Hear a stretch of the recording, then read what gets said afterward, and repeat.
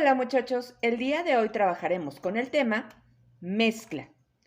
Una mezcla es un material compuesto por dos o más componentes unidos físicamente, pero no químicamente. Esto significa que no se produce entre ellos ninguna reacción química, es decir, cada componente mantiene su identidad y sus propiedades químicas, incluso en el caso de que no podamos distinguir los ingredientes o elementos de cada uno de ellos. Existen dos clases de mezclas. Homogéneas. Son aquellas en que los componentes no pueden distinguirse. Se conocen también como soluciones y se forman por un solvente y uno o varios solutos. Y como hemos dicho, las fases son imposibles de identificar a simple vista. Heterogéneas. Son aquellas en que los componentes pueden distinguirse con facilidad debido a que poseen una composición no uniforme, o sea, sus fases se integran de manera desigual e irregular. Por eso es posible distinguir sus fases con relativa facilidad.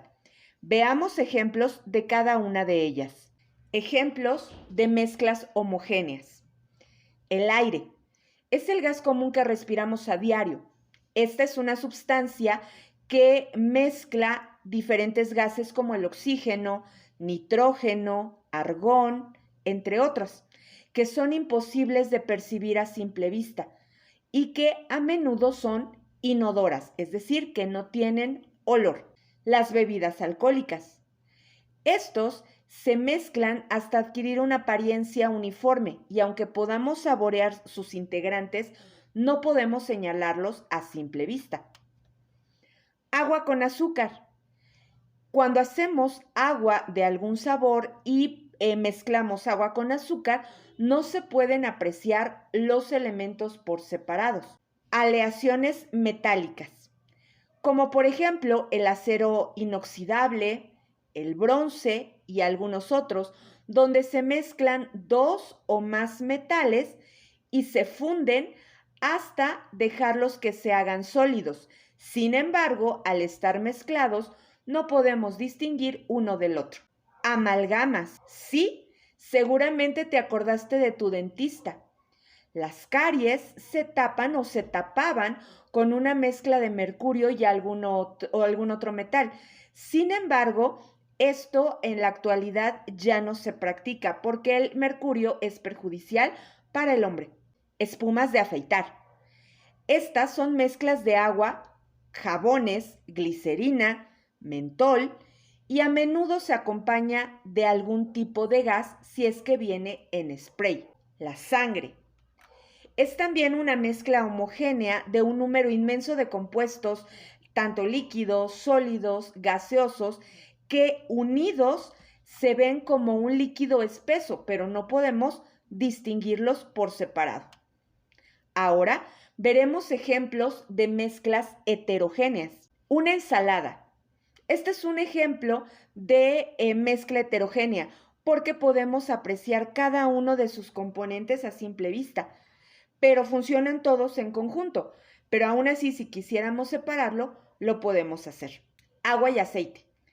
Este también es un ejemplo de mezcla heterogénea, ya que al mezclarlos, aunque agitemos, se pueden mezclar parcialmente, pero después de un rato se va a separar el agua hacia abajo y el aceite quedando en la superficie.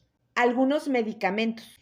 En algunos jarabes o suspensiones debemos agitar el contenido para que se mezcle la fase sólida y la fase líquida. Sin embargo, si lo dejamos reposar, nuevamente se pueden separar. Ahora veamos el concepto de sustancias puras. Una sustancia pura es aquella que no son el resultado de una mezcla, sino que están compuestas por una única fase. Por lo tanto, no pueden ser separadas en sus componentes mediante métodos físicos. Además, presentan una composición química y estable y son químicamente uniformes. Una sustancia pura no necesariamente tiene que estar compuesta por un único elemento químico. Las sustancias puras se clasifican en sustancias simples. son aquellas compuestas por un único elemento. Por ejemplo, la molécula de O2, es decir, solamente oxígeno, o Ni, níquel o cualquier otro elemento por separado. Sustancias compuestas son aquellas que están formadas por más de un tipo de elemento químico.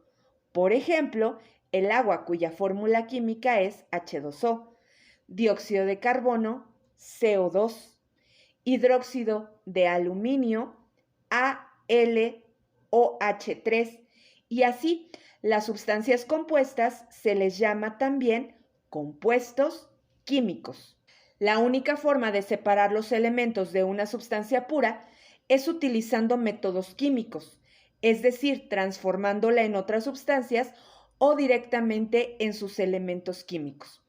La siguiente sesión veremos cuáles son estos métodos de separación de mezcla. Por lo pronto concluimos el tema y nos vemos en la siguiente sesión.